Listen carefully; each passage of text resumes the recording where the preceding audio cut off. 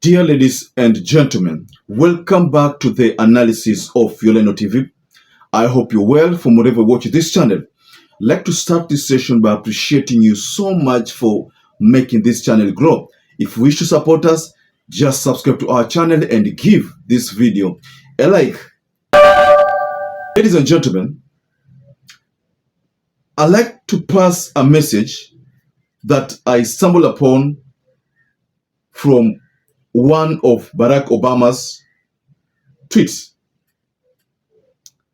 And then I also have a couple of other tweets that I will read to you, and then we will conclude by dissecting these tweets and getting a deeper understanding of what they mean and how they are correlated. So to start us with, I want to read this tweet from Barack Obama. And I think this is in line with what Kenyans are experiencing right now, in line with the call for Zakayo Ashuke. So let me take you through this tweet. This nation was built on peaceful protests. No elected official should lose their job simply for raising their voice, especially when they are doing it on behalf of our children. And then another tweet from the same Barack Obama again. What happened in Tennessee is the latest example of a broader erosion of civility and democratic norms. Silencing those who disagree with us is a sign of weakness, not strength, and it won't lead to progress. Silencing those who disagree with us is a sign of weakness, not strength, and will not lead to progress. That is our second tweet from Barack Obama. On to another tweet. Let me share with you. From the People's Watchman. Ruto working very hard to look like a ruthless dictator, kidnapping politicians and activists. He sent police to tear gas, arrest, maim, and kill poor people. The protests are about the cost of living, but he wants to make them appear. He wants to make them about Raila. Kenyans are overtaxed, jobless, and poor. Then another tweet from Voice of Reason. So no one is safe from the police in Kenya. The hyena that one keeps feeding, coming back to feed on the owner, is an African proverb. Even those using them now will be devoured. Martha Karua sent this tweet.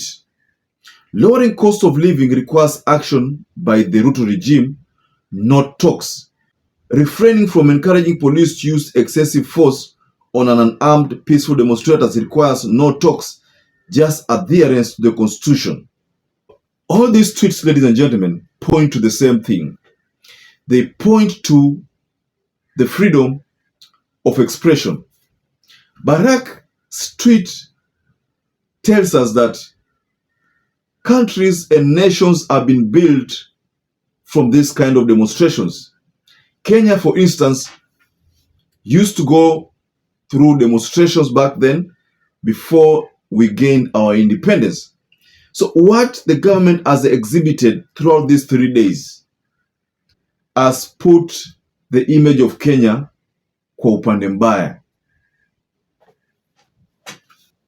I want to remind you that Barack had plans of coming to Kenya for an investment in the film industry. But lately, and with the way investors are running from this country, I doubt whether he will come because he postponed that plan.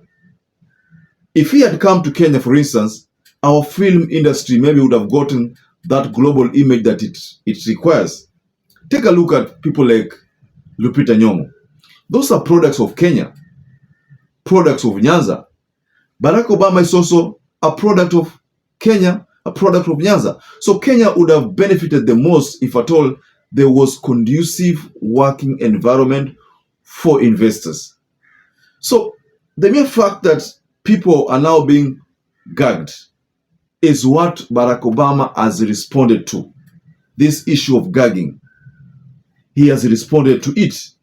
You saw the demonstrations which are supposed to be, which were in fact some were, largely peaceful, but people were beaten, people were maimed. What do you think about the statement that has come from Barack Obama's tweet? The statement that came from the government critic, the statement that came from Voice of Reason, the statement that has come from Martha Karua twice. But they have whisked away Babu Owino while still in their custody because they are not. You can imagine somebody has been whisked, and Mr. Okachi is here, he has witnessed that. Somebody who was within the jurisdiction of the court, somebody which the court has admitted to bail, has been whisked away even without processing the bail. You can imagine where we are degenerating to. Where is the Chief Justice in this country? Where is the Chief Justice? Where is Honorable Martha Koome? Why are you allowing this to happen? Why are you allowing the courts to be defiled by police officers and by the state? Where is Maina Jenga? Why has he not been brought to court? Who is holding him? Where is he? Why can't he be brought to court? What offense has he committed that the court cannot be able to address? I believe even the devil needs justice. Why should you rearrest somebody and whisk him away even before it's processed by the court? Mr. Okachi has witnessed that. Then it means, Council, we cannot even call that rearrest. That is sort of an abduction from the courts. It is an abduction. It's a series of abductions. I do not even think we advocates are safe. But we shall continue. We shall die on our feet and not on our knees. Yeah. And in fact, the most important thing that you need to understand is that they are even now trying to prevent advocates in court from executing their mandate. This is our place, this is our office, this is where we work. But cops are being allowed to come and intimidate even advocates in court. It is a very dark day, and I think that's why these backstops at the foot of Martha Koome, because she's the one who is in charge and to ensure that these courts are safe for everyone. It has reached a point where, and this is very sad for the media fraternity, we are seeing police officers, well known, coming to court and being allowed access wearing press jackets. And there is an accreditation for press people. So how do they gain access to the courts when they are pretending to be press people? There's already a very serious issue in terms of the administration of justice here. And these are the things that we are saying. It is high time that even the magistrates' court need to know that they have the power to ensure, and they are bound by Article 3, to ensure that the rights of everyone, including even yourselves, the press people, are observed. Police officers are even removing press people the way they want, and they pretend to be the press people. It is not right. You cannot be stopped from accessing the registry, and the court has said clearly here that let this cash bail and bond process be done. Because some of these people are very sick, are actually ailing based on even the grave beatings that they have received. And it's not only the second accused person. Actually, all the accused persons were actually beaten. It's only that for the second accused person, it may be more visible. So this is a point where I'm saying, people are saying President Moi was a dictator. He must be turning on his grave wondering.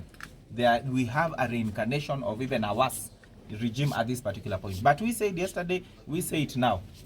Our role as advocates will remain. We'd rather die, we'd rather be jailed. We will stand here. Whoever wants to remove us, let them come. The Constitution will fight for itself, and eventually it will succeed. Let Martha Koome, let Chief Justice Martha Koome, and I insist, let Chief Justice Martha Koome, if she ever hears people, make sure that this place is out of bound for police officers. Would you still maintain that what the government did is correct or is okay according to you? Ladies and gentlemen, what the government did is not okay, and there are other ways of dealing with protesters. Many people have talked about this. There are rubber bullets which are supposed to be used. If you use a rubber bullet on an individual, ambao utakuwa umemuumiza ndio, lakini hata kwa muumia kama ile kiwango cha kutumia live bullet. Live bullet just penetrates in your body. Now all of a sudden, unajikuta either you are forever crippled or arrested. So ladies and gentlemen, kindly tell us below the comment section there, what do you think about this issue, the whole issue? And also, I'd like to urge you to please subscribe to this channel if you've not subscribed before. So I'd like to urge you to stay safe and stay blessed until we catch up again in our next analysis.